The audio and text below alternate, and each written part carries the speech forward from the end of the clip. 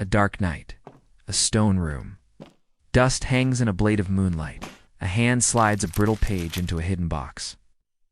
The lid shuts with a hollow thud, and with it, a voice is buried for 1,000 years.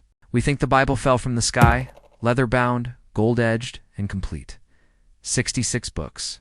No more, no less. But that's not the truth. For centuries, faithful believers read more. Histories, visions, wisdom books. Some were cherished in churches, some were quoted in sermons, and others were questioned.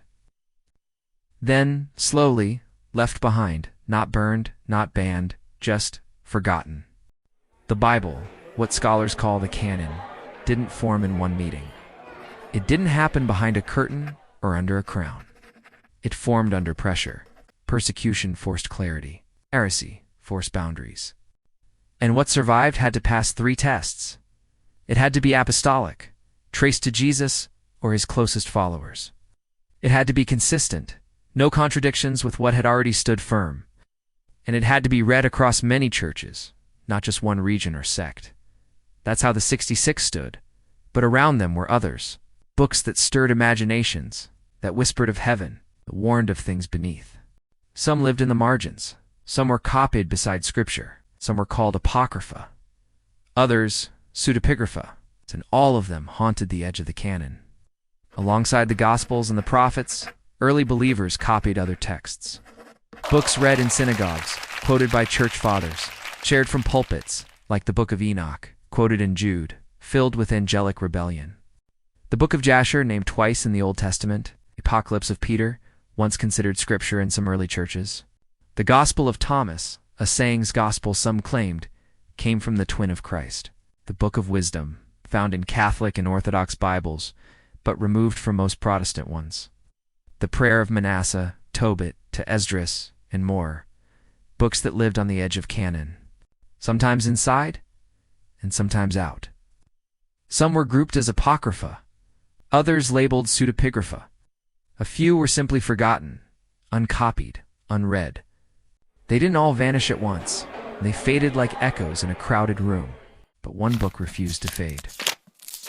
A book that walked alongside the scriptures, even when it wasn't invited in.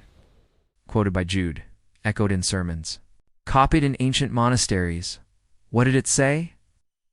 That angels crossed a line, and a world drowned because of them.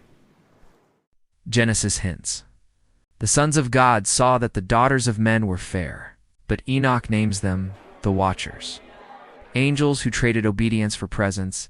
They stepped into time and took human wives, taught forbidden arts, metalwork, sorcery, enchantments, and their children were giants. Not just tall, but violent, twisting creation and devouring the earth. So why weren't these stories canonized? Is it a conspiracy? Is it a secret? Or maybe a cover-up? No, it was messier than that, because it was human. The early church didn't erase books. They tested them, and the ones that failed the test weren't copied, weren't preached, weren't preserved. They faded not because they were false, but because they weren't foundational. Not enough churches loved them. Not enough time proved them. But here's the tension. If they weren't scripture, why were they copied with tears and ink? Why did they echo in the earliest sermons? Why did believers risk death to preserve them?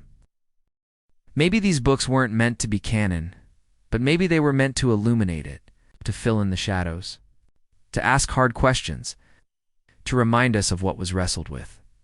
Before truth was finalized, the Bible didn't descend sealed. It emerged tested, through fire, blood, and silence, and some books didn't make it in. But that doesn't mean they have nothing to say. In the next episode, the book that haunted the early church, the one quoted in the New Testament, yet never canonized, the Book of Enoch, and the story of the Watchers, the giants, and the flood that came for them.